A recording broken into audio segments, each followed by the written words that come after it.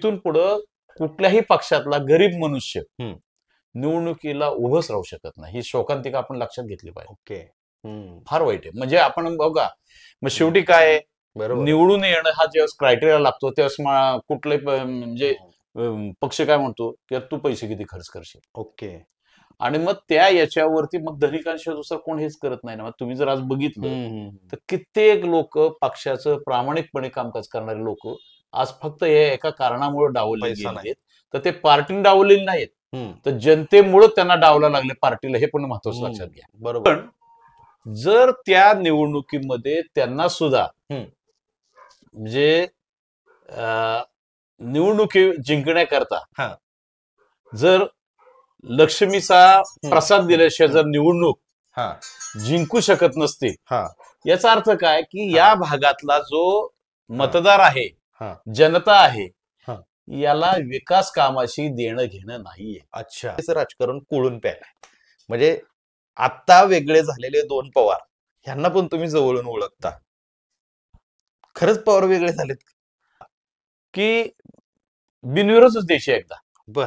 मग त्यांना कळलं ना विरोधाच्या लोकांचं महत्व कळेल. ओके. होतं काय की आम्ही विरोध करतो म्हणून त्यांना लक्ष्मी प्राप्त होती ना. अच्छा. लक्ष्मी दर्शन त्यांना कधी होतं? बर. की कडवा विरोधक ज्यावेळेस असतो त्याच वेळेस होतं. आता बघा ना, ज्या 8 मतदारसंघ प्रभागामध्ये तुम्ही आता सांगितलं 8 लोक निवडून आले, तिथं आता शिक्षकट झालेले त्यांना माणसं नाराज झाली. आमचं आता काय व्हायचं. बर. या एका निवडणुकीवरती त्यांचा 5 वर्षाचा प्रपंच चालतो का हो? म्हणजे माझं असं मत आहे की जनतेमध्ये म्हणजे पूर्वी कसं होतं, जसा राजा तशी प्रजा. मग आता काय होणार, जशी प्रजा तसा राजा. बर. अच्छा. अजितदादांशिवाय कारखाना जर येत नसेल तर त्यांचे कार्यकर्ते त्यांनी तयारच केले नाहीत असं मी म्हणलं तर ते वावगं ठरणार नाही. निवडणुका म्हटलं की चर्चा आल्याच, आणि निवडणुकांमध्ये प्रत्यक्षात कृती कमी असते आणि चर्चा जास्त होत असतात. परखड मत मांडणारी माणसं कमी असतात. निवडणुकीच्या आणि राजकारणाच्या सत्यतेवरती बोलणारी सुद्धा माणसं कमी असतात. बारामतीच्या नगरपालिकेची निवडणूक चर्चेत आहे आणि संपूर्ण बारामतीचं, पुणे जिल्ह्याचं लक्ष या निवडणुकीत लागलंय. आता विषय असा आहे की बारामतीमध्ये नेमकं काय होणार याच्याबद्दल फारसं लोकांना काय आता उत्सुकता राहिली नाही. कारण अजित पवार गटाचे जवळपास 8 उमेदवार बिनविरोध झाले. त्याच्यानंतर ही निवडणूक जाहीर होण्याच्या अगोदर मात्र खूप काही समीकरणं घडली होती आणि म्हणूनच या सगळ्या समीकरणांवरती, चालू सद्यस्थितीवरती आणि निवडणुकीमध्ये सारासार काय घडेल याच्या बाबतीमध्ये परखड बोलणारे व्यक्तिमत्व म्हणून बारामतीमध्ये ज्यांची ओळख आहे त्यांच्याबरोबर आता आपण संवाद साधणार आहे आणि त्यांचं नाव आहे advocate Sudhir Pataskar sir. Sir, तुमचं सुरुवातीला स्वागत आहे. आणि परखड बोलणारं व्यक्तिमत्व म्हणून तुमची ओळख आहे, तुमच्या बोलण्यामध्ये प्रचंड स्पष्टता असते आणि शेवटी तुम्ही पण एक राजकीय प्रतिनिधी आहात. म्हणून आज तुमच्याकडून बारामतीच्या निवडणुकीचा लेखा झोका मला जाणून घ्यायचा आहे. खरं तर ही निवडणूक जाहीर झाली आणि निवडणूक जाहीर झाल्यानंतर तुम्हाला तर माहित आहे की 17 तारखेच्या 3 वाजेपर्यंत अजित पवार गटाचं, भाजपचं आणि राष्ट्रवादी शरदचंद्र पवार गटाचं, तीनही गटांचे पॅनल फायनल झालेले नव्हते. 3 वाजेपर्यंत बारामतीकरांना उत्सुकता होता की नगराध्यक्ष पदाचे उमेदवार कोण असणार, कोणाचं पॅनल कसं पडणार किंवा सीट्स कुठल्या कुठल्या असणार. ह्या सगळ्या प्रक्रिया पाहिल्याच्या नंतर बारामतीमध्ये असा सस्पेन्स का ठेवला जात असेल बरं? बघा, तुम्ही जर यावेळेस बघितलं की मगाशी जसं तुम्ही म्हणला की निवडणुकीच्या आधीची चर्चा, निवडणूक लागल्यानंतरची चर्चा करेक्ट, ह्यामध्ये नक्की फरक आहे. ज्यावेळेस निवडणूक खरीच लागली त्यावेळेस एक लक्षात आलं की ही निवडणूक बारामतीतली आपण समजतो तेवढी स्वस्तातली निवडणूक नाहीये. बर. अच्छा. म्हणजे बघा, एक फक्त म्हणजे मी खंत, खेद असा एक व्यक्त करतो की या बारामतीमध्ये 67 सालापासून पवार घराण्याची सत्ता आहे. मी ठीक आहे, विरोधातला आहे.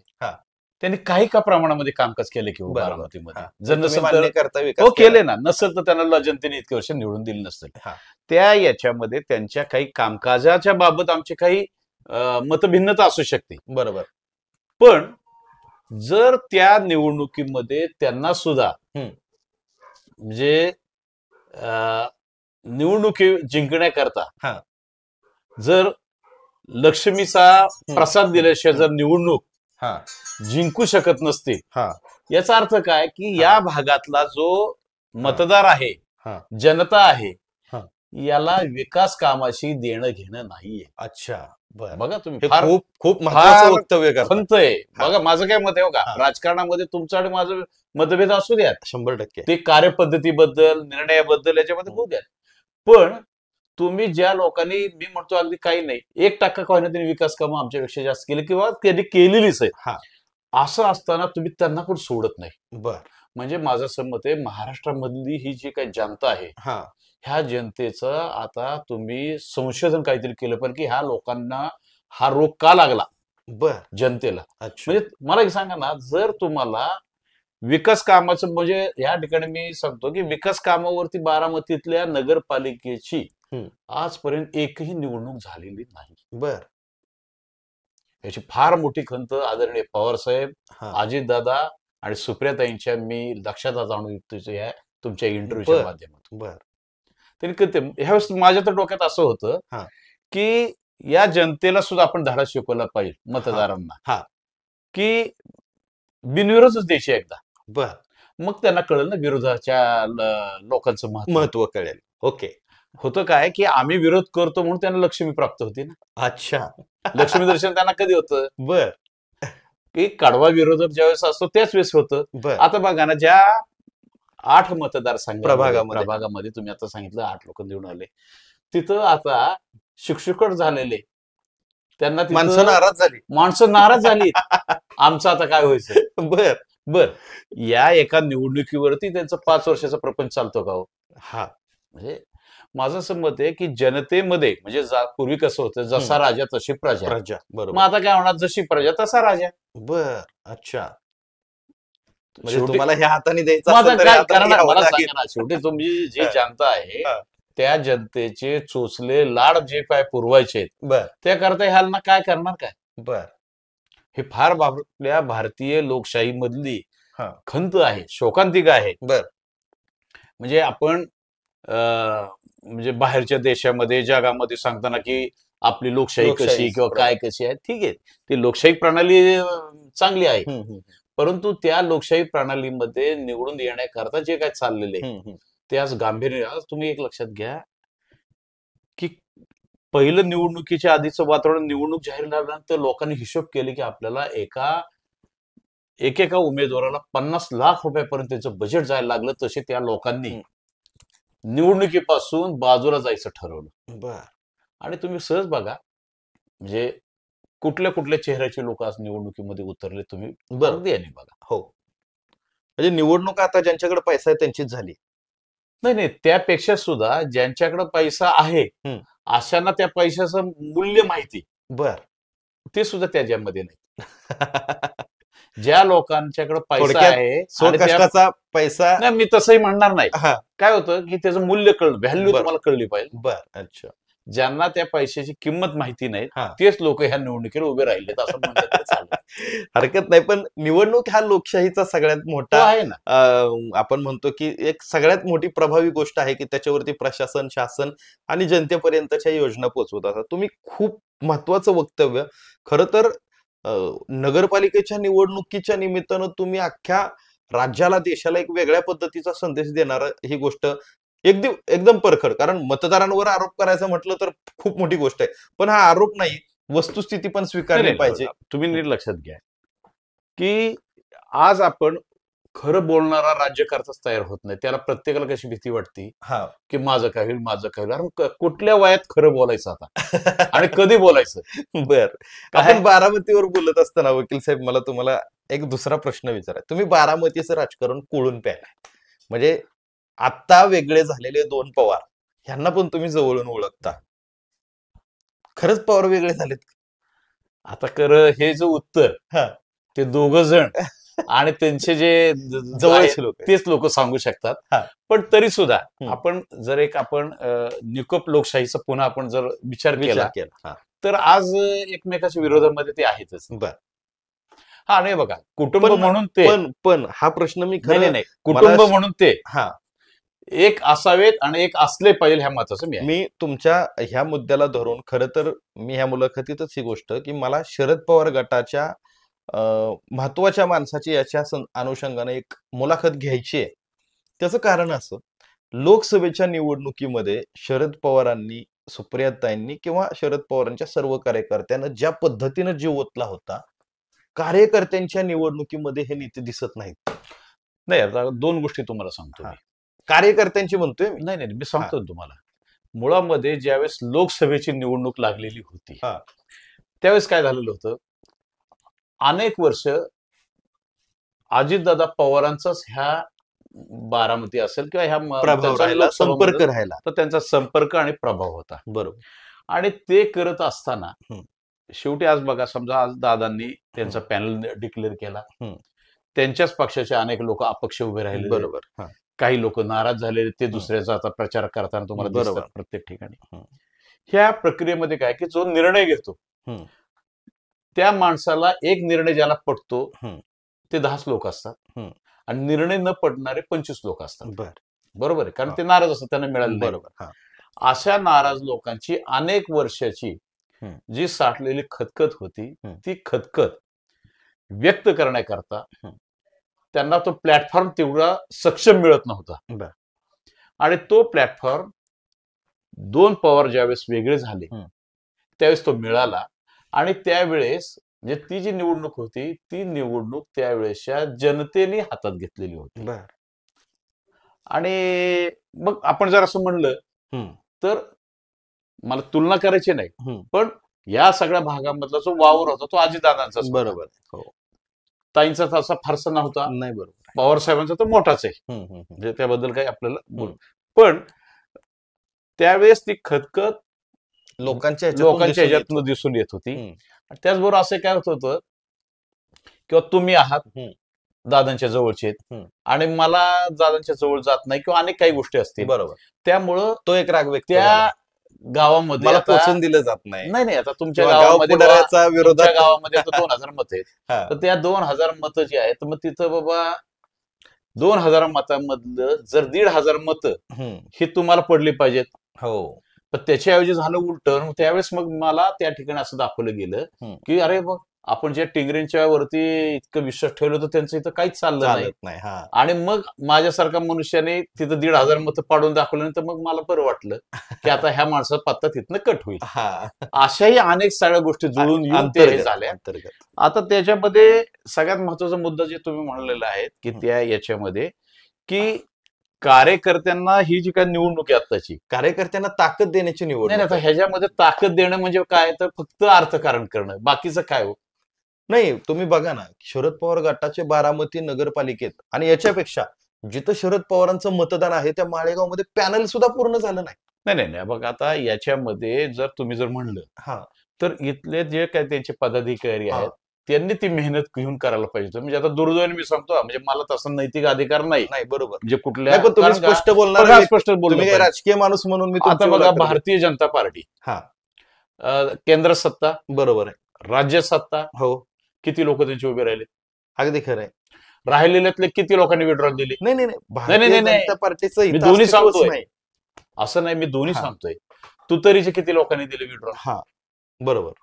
प्रश्न काय आहे याच्यामध्ये की तुम्हाला या ठिकाणी ज्या वेळेस कणखर नेतृत्व तुमच्या तयार होतं, म्हणजे मी नम्रपणे सांगेल, आम्ही बारामती नगरपालिकेमध्ये मनसेच्या तर्फे ज्या वेळेस निवडणुका लढल्या त्यावेळेस पूर्ण पॅनलने आम्ही उभं राहिलो आणि आम्ही आमचं पॅनल केलं. मग आमची भलं तिथं किती मतं पडली हा विषय वेगळा, तुम्ही पण आम्ही लोकशाही जीवन ठेवण्याकरता त्या ज्या काय गोष्टी आवश्यक असतात ते केल्या. बरोबर. फाटके तुटके लोक होते पण राहिले उभे आमचे. आता याच्यामध्ये काय की शेवटी हा सुप्रियाताई जे आहेत खासदार, त्यांनी नक्की ह्या ठिकाणी त्यांच्या कार्यकर्त्यांना काय सूचना दिल्या, त्यांनी काय केलं हे आपल्याला फारसं कळणार नाही, परंतु तुम्ही जे म्हणता ते चित्र समोर आहे. हो, पुढे जायचंय मला आता ह्या प्रश्नावरून, कारण त्या प्रश्नाला मी खुद्द त्यांनाही विचारणार आहे. मला तुम्हाला दुसरा एक प्रश्न असा विचारायचा होता की शेवटी मगाशी तुम्ही सुरुवातीला खूप चांगलं विश्लेषण केलं, विकास कामांच्या जोरावरती लोकांनी खरं तर निवडणुकांमध्ये लोकांचं नेत्यांचं परीक्षण केलं पाहिजे. तसं होत नाही. बारामतीच्या ह्या सगळ्या विकास कामांमध्ये जे दादांच्या म्हणजे अजितदादांच्या बरोबर जे काही काम करणारे प्रमुख चेहरे आहेत, त्या प्रमुख चेहऱ्यांचा म्हणजे कालच मी किरण गुजर यांची मुलाखत घेतली. त्यांच्याकडून अनेक गोष्टी बारामतीला पहिल्यांदा माहीत पडल्या, की निवडणुकांचं व्यवस्थापन कसं होतं वगैरे अशा पद्धतीचं. ह्या सगळ्या कार्यकर्त्यांचा आणि दादांचा ह्या सगळ्या कनेक्टिव्हमध्ये मध्ये तुम्हाला माहिती आहे की बारामतीमध्ये मलिदा गँग प्रसिद्ध झाली. त्याच्यावरून प्रचंड ट्रोलिंग म्हणजे अजित पवारांना त्याच्यातून बाहेर सुद्धा निघता आलं नाही एवढं ट्रोलिंग झालं. ह्या सगळ्या गोष्टी स्थानिक कार्यकर्ते आणि हे निवडणूक आणि अजित पवारांचं व्यक्तिमत्व ह्या सगळ्यांकडे तुम्ही कसं पाहता? म्हणजे प्रत्येक गोष्टीत अजित पवारांना प्रचंड कष्ट घ्यावं लागतं. तुम्हाला बघितलं माळेगाव कारखान्याला त्यांना स्वतः चेअरमन व्हावं लागलं.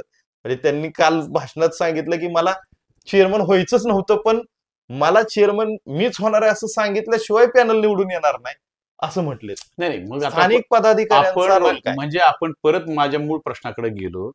म्हणजे जर या ठिकाणी अजितदादांशिवाय कारखाना जर येत नसेल तर त्यांचे कार्यकर्ते त्यांनी तयारच केले नाहीत असं मी म्हणलं तर ते वावगं ठरणार नाही. बर, जर त्यांचे कार्य बघा, आदरणीय चंद्रअण्णा तावरे त्यांनी त्यांचे जे काही कार्यकर्ते मला सांगा त्यांच्या बरोबर कोण होतं? नाही पण ते सक्षम होते. म्हणजे दादांनी इनडायरेक्टली काय मान्य केलं की बाबा मी जर नसतो झालं तर कारखान्याला आला नसता. बरोबर. म्हणजे याचा अर्थ काय की चंद्रअण्णा तावरे हे सक्षम आहेत त्या कारखान्याच्या संदर्भामध्ये. मग आता एक मला सांगा की दादा इतके वर्ष चांगलं काम करत असताना जर दुसरी फळी तयार झाली नसेल तर ह्याचं आत्मपरीक्षण दादांनी पण केलं पाहिजे. अच्छा, जर दादांना इतक्या छोट्या निवडणुकीत भाग घ्यावा लागतोय बर, मग हे कोणाचं अपयश आहे? अच्छा, हे प्रचंड मोठा विषय आहे. तुमची मुलाखत अजितदादांपर्यंत पोहोचली पाहिजे. खरं तर माझं काय मत आहे, आणि दुसरा विषय असं जर म्हणलं मी तर याच्यातून मी अजितदादांचं हितचिंतक ठरेल. कारण मी तेच म्हटलं शेवटी असं आहे की या ठिकाणी एक मनुष्य एकटा किती ठिकाणी काम, उद्या काय होईल मग? बरोबर. मग उद्या परत नगरपालिकेत त्यांच्या घरातल्यांना कोणातरी उभं करावं लागेल, जिल्हा परिषदेमध्ये त्यांना उभं करावं लागेल आणि मग परत लोक आरोप करतील की ह्यांचेच घरातले लोक सगळीकडे उभे राहतात. परंतु ही वस्तुस्थिती आहे ना काय की त्या ठिकाणी त्या घरातला माणूस आल्याशिवाय. म्हणून आता मी खरं तर मुद्दाम तुम्हाला एक प्रश्न विचारायचा नव्हता पण तो विचारतो कारण तुम्ही स्पष्टपणे उत्तर द्याल. अजितदादांच्या नंतर इथली जी स्थानिक कार्यकर्त्यांची जी फळे आहे याच्यामधलं तुम्हाला कोणतं व्यक्तिमत्व वाटतं का प्रभावी की जे चोखपणे काम पार पडतं? नाही, आता हा फार अवघड प्रश्न आहे. म्हणजे याचं कारण असं की बघा तुम्हाला तर कल्पना आहे हे सगळेजण माझे मित्र आहेत आणि मात्र मी एकालाच किंवा 4 लोकांची मी नावं सांगणं तर उरलेल्या लोकांवरती अन्याय होईल आणि सांगायची कुठंच म्हणजे ते काय त्या याला म्हणजे तुम्ही मला विचारलेला प्रश्न तुमच्या दृष्टीने योग्य आणि बरोबर आहे, परंतु तो हा पेचातला विषय आहे. तर मी मित्र म्हणून नाही पण माझं असं मत आहे की शेवटी कसं होतं परखडपणे मान्य आता असं आहे की नगरपालिका विषयामध्ये जर आपण काय म्हणलं तर त्यांच्याकडे आहेत चांगले लोक आहेत ना, म्हणजे अभ्यासू आहे. जसं आता आपण तुम्ही म्हणलं आता किरण दादा असतील, सचिन शेठ सातव आहे, जय पाटील आहेत, हे आहेत ना ते लोक. अच्छा, ही लोक त्यांच्या मागे नगरपालिका म्हणजे मार्गदर्शनाखाली. आता बघा आमचे चांगले मित्र आहेत सुनील सस्ते, ते आता विरोधात होते तात्पुरते आता, पण ते पण आता दादांच्याकडे गेले ते चांगले आहेत. विष्णुपंत चौधर चांगले आहेत. अभ्यास हो का, माझं असं मत आहे कुणी कुठल्या पक्षामध्ये असावेत पण अभ्यासू असावं, नागरिकांच्या हिताचं शहराच्या हिताचं निर्णय घेणे. बघा हे सक्षम लोक होते परंतु ह्यांची उमेदवारी अजित पवारांच्या राष्ट्रवादी काँग्रेसच्या चिन्हावरती आहे. नाही आता मग असं आता जरा वेळ आपण वेगळे आणि करूया जरा थोडस दादांचं कौतुक की दादा हे रत्नपारखी आहेत आणि त्यांनी ते रत्न हेरली आणि आणली. रत्नपारखी आहेत म्हणून का दादांना विरोधक नको आहेत म्हणून?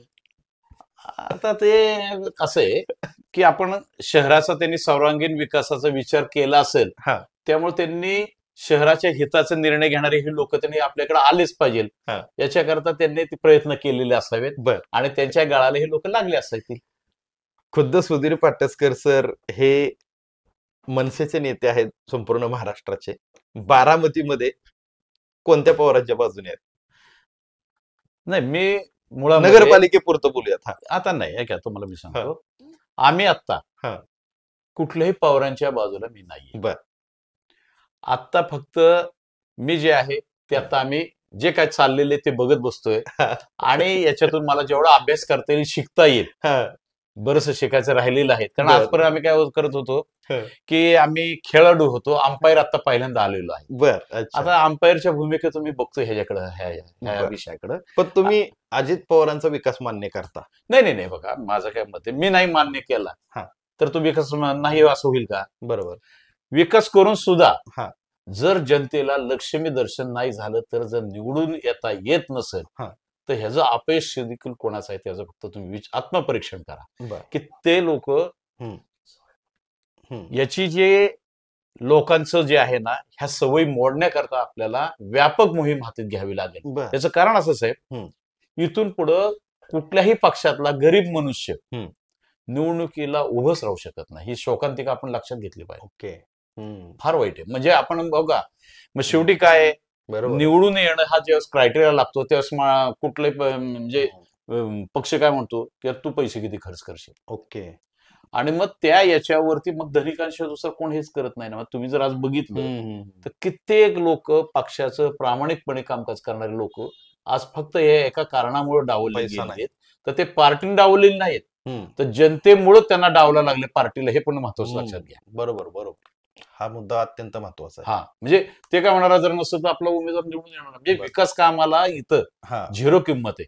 म्हणजे इतकी ही जी जनता आहे बारामतीतली, ह्या जनतेबद्दल मला काहीच बोलायचं नाही. म्हणजे लोकांनी खरं तर ह्या गोष्टींचा विचार करणं गरजेचं आहे. बघा, आम्ही लोकांना रक्त पाहिजे असं रक्त देतो, ऍडमिशन्स देतोय, दवाखान्याच्या करता मदत करतो, पाहिजे त्या सगळ्या गोष्टी करतो. बरोबर. तरी देखील लोकांना निवडणुकीच्या वेळेस काय म्हणतात किंवा ते काय आहे का नाही. अरे मग आता आणायचं कुठून आम्ही? आमच्यासारख्या लोकांनी आणायचं कुठून साहेब? तुम्ही शेवटच्या प्रश्नाचं उत्तर न टाळता द्याल अशी अपेक्षा करतो. कोणाच पॅनल येईल बारामतीत? नाही, आता बघा, म्हणजे मी आता राजकीय विश्लेषक किंवा राज्यकर्ताच्या म्हणजे ह्याच्यातला बाहेर जाऊन अशा बाहेर एक जाऊन आजचं जे चित्र आहे त्या चित्रामध्ये अजितदादांचं पॅनल हे 100% सगळ्या ठिकाणी निवडून येईल. सगळ्या ठिकाणी येईल निवडून. म्हणजे अशी आजची परिस्थिती आहे. कारण ह्याला आम्ही सगळे विरोधक ज्याला जबाबदार आहोत असं माझे परत एक वेगळं मत आहे. अरे आम्ही जर इतक्या वर्ष ह्या ठिकाणी असताना, म्हणजे केंद्रामध्ये इतकी वर्ष सत्ता भाजपची आहे, ते अख्खं पॅनल तयार करू शकले नाही सर. बरोबर. तीच परिस्थिती शरद पवार गटाची मी तुम्हाला आहे ना, शोकांतिक आहे ना. हो, शोकांतिक आहे. आज जर नाही म्हणलं तर त्यांचं पण होम ग्राउंड आहे. हो, तोच विषय. आणि मग याच्यामध्ये काय होतं तुम्हाला सांग, लक्षात घ्या, या आता पॅनल न होण्यामध्ये भारतीय जनता पार्टीचं फारसं नुकसान होईल असं मला वाटत नाही. बरोबर. काय ते त्यांची तयारी आहे थोडक्यात. नाही, एवढ्या ताकदीने ते कधी उतरलेही नव्हते. तसं नाही. म्हणजे मुळामध्ये काय की त्याच्यामध्ये त्यांना माहिती. पण आज मला वाटतं किती लोक उभे आहेत त्यांचे, 9 का काय, किती लोक उभे आहेत? नाही, भाजप 20 एक लोक. 20 एक लोक त्यांची उभे आहेत. बरोबर. म्हणजे 40च्या ठिकाणी 20 एक लोक उभे आहेत. एबी फॉर्म दिलेल्या ठिकाणी त्यांचे विड्रॉल झाले. बरोबर. म्हणजे भारतीय जनता पार्टीला ही लाजिरवाणी गोष्ट आहे. कारण त्या पार्टीचा मनुष्य अशा पद्धतीने होणं बरोबर. पार्टीचा देशातली जगातली सगळ्यात मोठी पार्टी, काही तत्व त्यांच्याकडे असणाऱ्या पार्टीमध्ये जर लोक असे असतील तर मग करणार काय? बरोबर. पण या ठिकाणी राष्ट्रवादी पवार गट जो आहे, पवार साहेबांचा शरद पवार गट, त्यांना याचा मोठा फटका मिळू शकतो. तुम्ही मगाशी जसं म्हणलेलं आहे पद्धतीने. याचं कारण असं की त्या कार्यकर्त्यांना अशी एक भावना होऊ शकते की अरे आम्हाला यांनी वाऱ्यावर सोडलं. कारण ही चर्चा जी आहे कार्यकर्त्यांची, करेक्ट, ती चर्चा मी ह्या माध्यमातून आदरणीय पवार साहेबांच्या जवळ पोहोचवते. बरोबर. आणि ही वस्तुस्थिती आहे. हो, आहे. काय सांगायचं? तर मित्रांनो, हे होते ऍडव्होकेट सुधीर पाटसकर. मी इंट्रोमध्ये सुरुवातीला सांगितलं होतं की परखड बोलणारा माणूस म्हणून मी आज त्यांचा इंटरव्ह्यू घेतोय. आणि खूपच वर्मावर बोट त्यांनी ठेवलं या मुलाखतीमध्ये. आणि स्पष्टपणे म्हणजे विरोधक असताना सुद्धा आपल्या राजकीय विरोधकाचा विजय होऊ शकतो आणि त्याची कारणं काय हे बोलायला सुद्धा हिंमत लागते. दुसरी गोष्ट, मतदारांना ज्या लक्ष्मी दर्शनाची सवय लागलेली आहे ती सवय मोडण्यासाठी सुद्धा, म्हणजे भारतातली लोकशाही जर खरोखर जगात सर्वात ताकदवान लोकशाही असेल तर मतदारांना अशा प्रकारे निवडणुकांमध्ये मिळणारा पैसा किंवा पैशाच्या अपेक्षेनं होणारं मतदान हे सुद्धा थांबणं गरजेचं आहे. सक्षम लोकशाहीसाठी खरोखर हा पायंडा गरजेचा आहे का? तुम्हाला देखील काय वाटतं जरूर कमेंट करून कळवा. ऍडव्होकेट सुधीर पाटसकर यांनी म्हणलेली मतं तुम्हाला पटली का? याबद्दल जरूर व्यक्त व्हा. धन्यवाद.